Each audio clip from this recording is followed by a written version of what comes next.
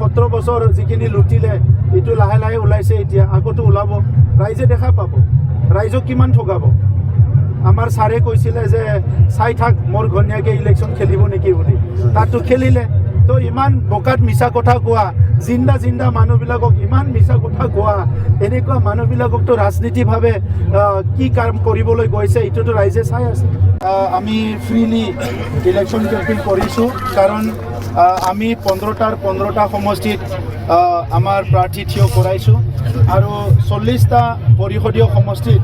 আমাৰ সবতো আমাৰ সমৰ্থক আছে আমাৰ পাৰ্টিৰ স্থিতি বহুত ভাল সেইকাৰণে আমি এইবেলি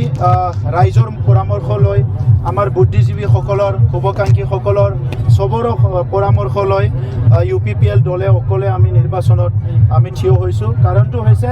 UPPL জন্মগ্ৰহণ কৰাৰ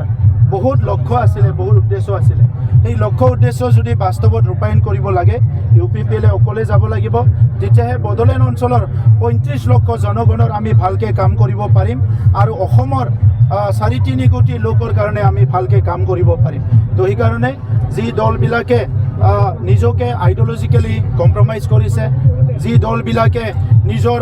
মূল যিটো ধাৰা ইয়াৰ পৰা বিচলিত হৈছে এই কথাবিলাক অলপ মানে দূৰত ৰাখি UPPL এইবাৰ নিজৰ শক্তিত নিজৰ দমত আৰু নিজৰ যিটো আমাৰ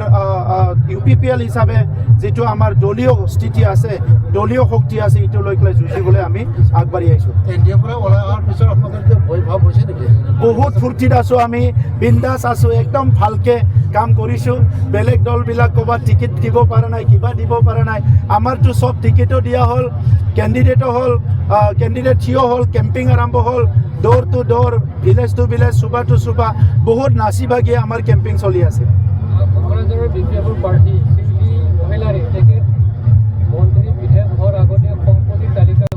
চাওক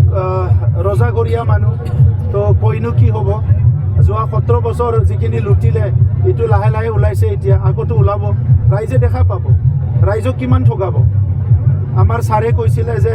চাই থাক মোৰ ঘনীয়াকে ইলেকশ্যন খেলিব নেকি বুলি তাতো খেলিলে তো ইমান বকাত মিছা কথা কোৱা জিন্দা মানুহবিলাকক ইমান মিছা কথা কোৱা এনেকুৱা মানুহবিলাককতো ৰাজনীতিভাৱে